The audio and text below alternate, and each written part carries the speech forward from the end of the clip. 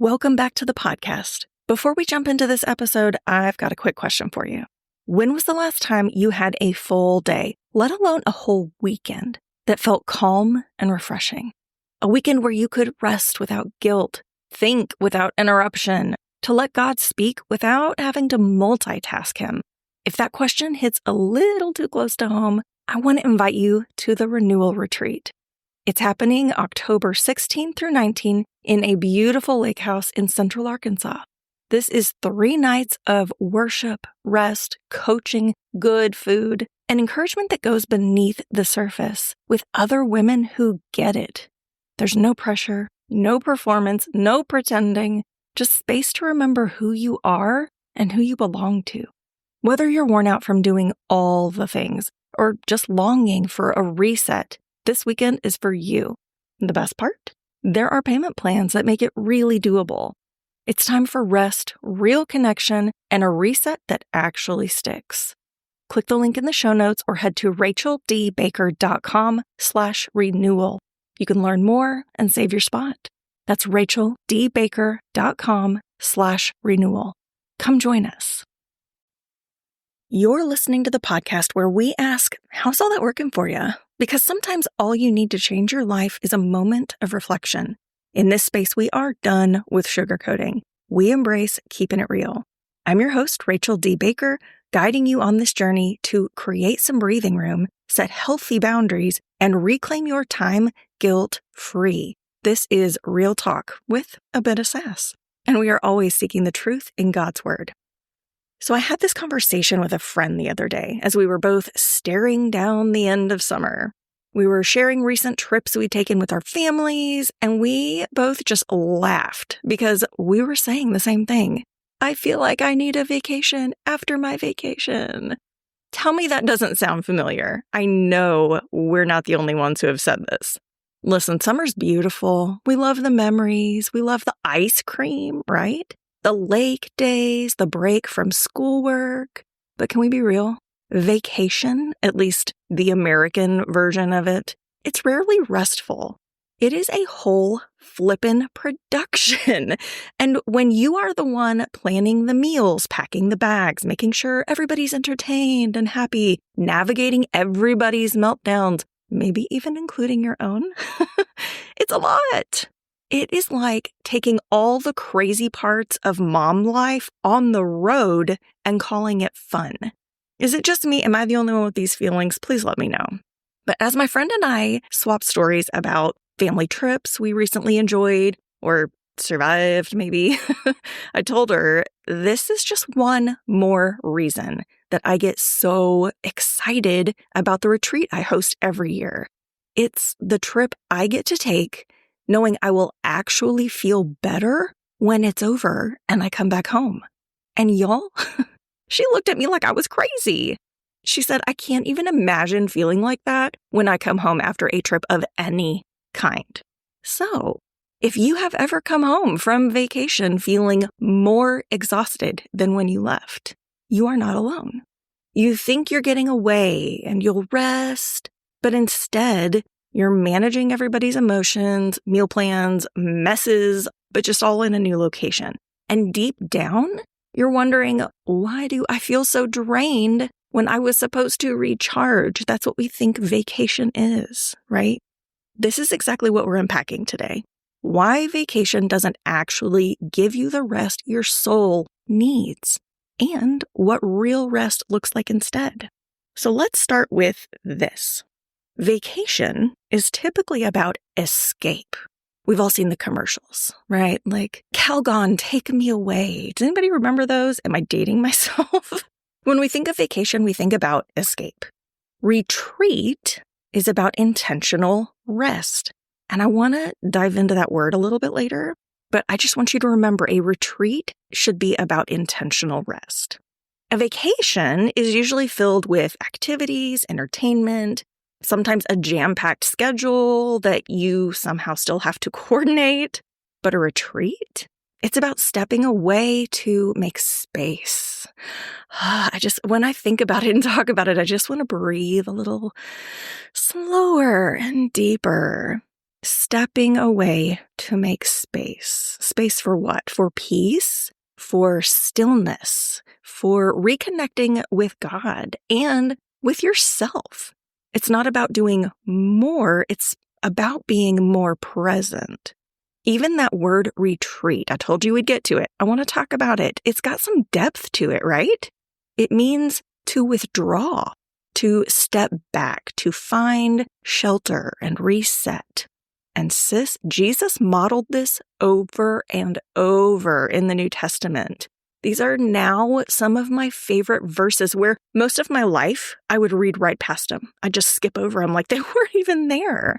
If you look in the book of Luke, chapter 5, verse 16 says, "But Jesus often withdrew to lonely places and prayed."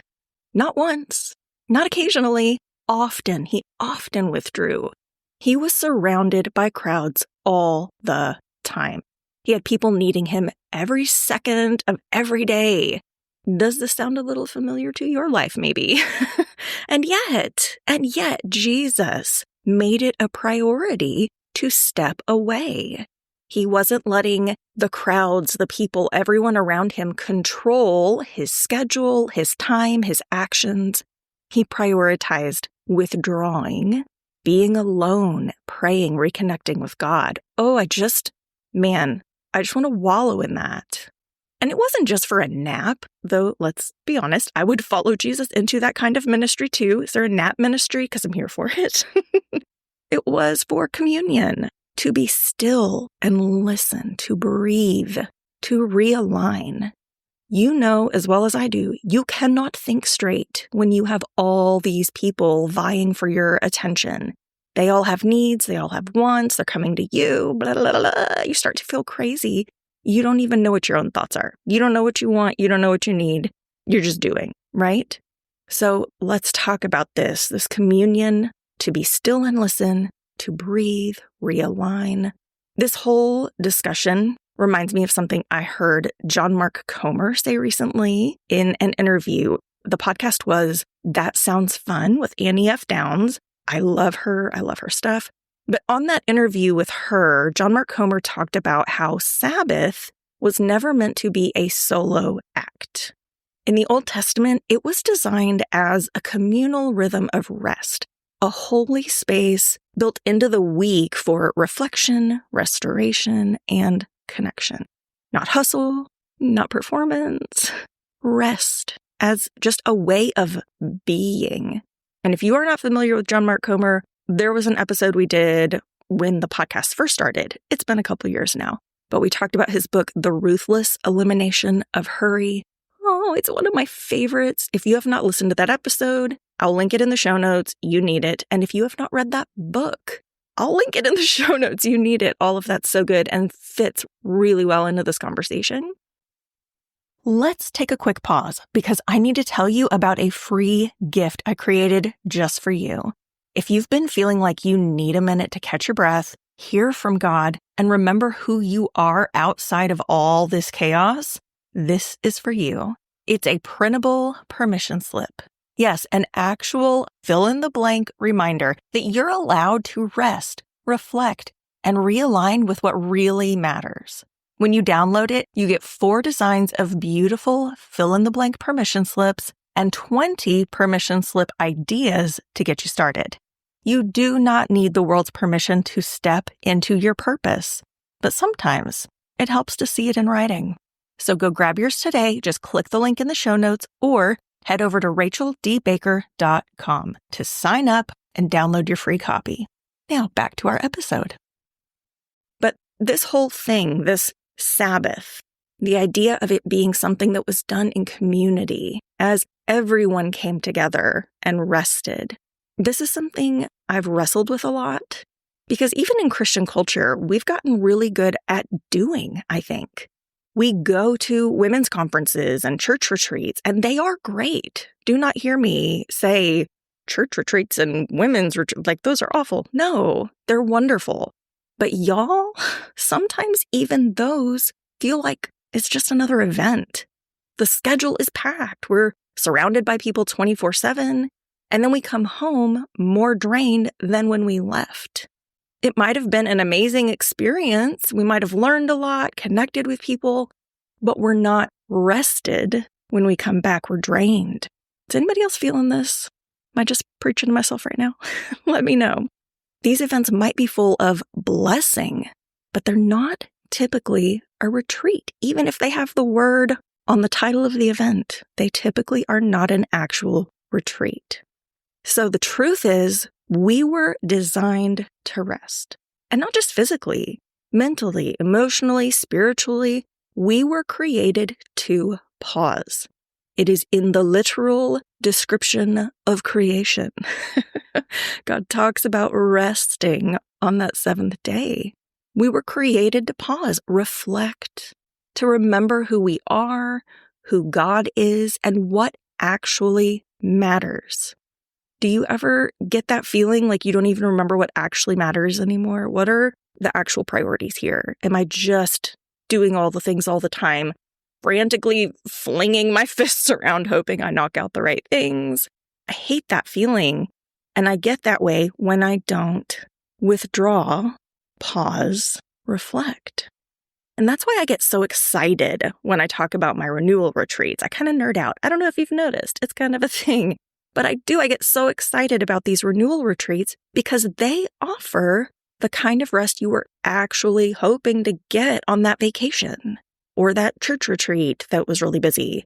Not just a break from the norm, but a space to truly restore your soul. That was my goal when I designed these, when I decided this is a thing God has put me on this earth to offer. I talk about creating breathing room. I want to actually create a space that allows for breathing room. This is not a conference. This is not a nonstop weekend of noise and schedules and people asking for something from you. Here's what it is. It's a quiet lake house. It's some home-cooked meals that you did not have to plan or prep. It's worship without a timeline.